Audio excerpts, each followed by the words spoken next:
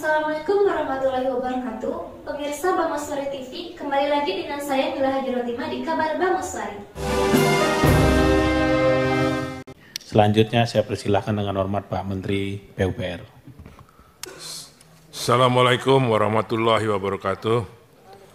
Selamat siang Bapak Ketua dan Ibu Bapak anggota DPR RI Komisi 5 yang terhormat dan saya hormati. Mengindahkan tadi arahan Bapak Ketua Komisi 5 tentang 8 butirnya yang menyangkut PU di nomor 3 dan mungkin nomor 8 hasil kunkernya. Untuk itu kami ingin melaporkan, kalau yang seperti yang sampaikan juga bahwa ini adalah rutin, jadi kami ingin melaporkan tambahan apa saja prasarana yang untuk kesiapan mudik 2023 tahun ini. Untuk kondisi kita bagi di Pulau Jawa seperti halnya yang disampaikan oleh Pak Menteri Perhubungan tadi, favoritnya masih di ruas Pantura Jawa. Jadi kondisi ruas jalan nasional di Pulau Jawa yang siap digunakan sepanjang 4.858 km. Terbagi dari lintas utara Jawa 1.229, kondisi mantapnya 92%. Jadi memang masih ada jalan-jalan yang rusak seperti sebelum Pak Dewa nanti nanya di Kudus. Jadi nanti sudah selesai yang 2 km yang sedang kita rigid akan segera selesai sehingga masih sudah bisa dapat dimanfaatkan di lingkar Kudus yang kena banjir. Kemudian lintas tengah Jawa 1.197 km, kondisi mantapnya lebih baik 95%, dan lintas selatan Jawa 888 km, lebih baik lagi, mantap 97%, dan pantai selatan Jawa 1.523 km, kemantapannya 93%. Kemudian di Pansela kemarin kami dari sana, dan ada tambahan tempat istirahat di daerah ruas Pansela Kabupaten Gunung Kidul. Sedangkan untuk jalan tol di Pulau Jawa, seperti yang tahun lalu, operasionalnya 1.716 km, yang dilengkapi dengan 90 tempat istirahat, dengan nanti keseluruhan tambahan dukung, terutama toiletnya. Tahun lalu jumlah toilet di jalan tol 6.175 toilet, tahun ini ditambah lagi menjadi tambahannya sekitar 2.833, sehingga akan ada 9.000 toilet di 117 tempat istirahat. Mudah-mudahan ini meningkatkan pelayanan bagi para pemudik nantinya. Terus, yang ada hanya di Jawa dan di Sumatera. Di Jawa 97 tempat istirahat, sedangkan di Sumatera 27 tempat istirahat tipe A, B, dan C.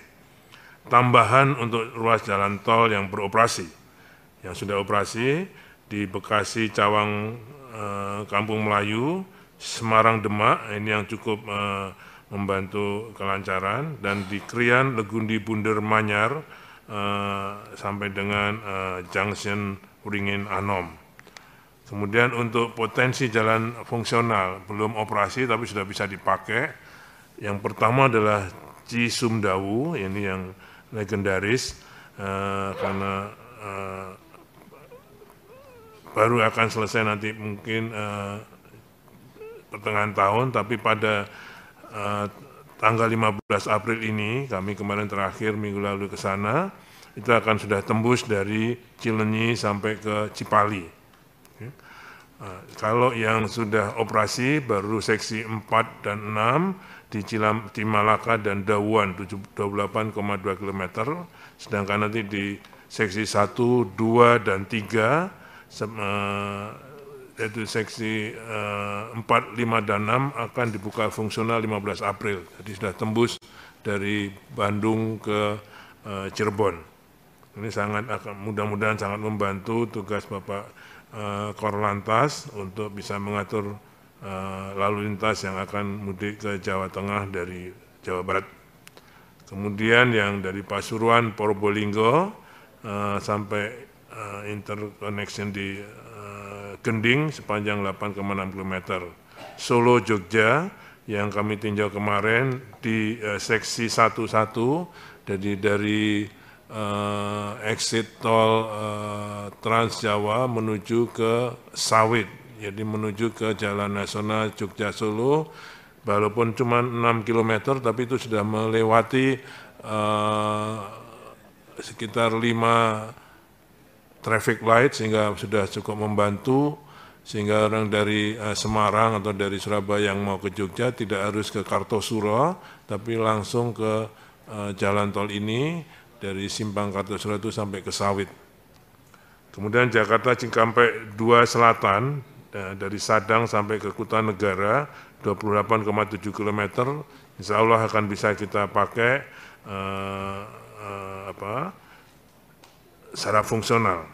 Ibu Bapak sekalian, kalau tadi yang di Sumdawu mungkin pemakaiannya juga tergantung pada kebijakan lapangan oleh Korlantas, mungkin bisa satu jalur one way dari Bandung ke Cirebon pada saat mudik atau pada saat balik dari Cirebon ke Bandung.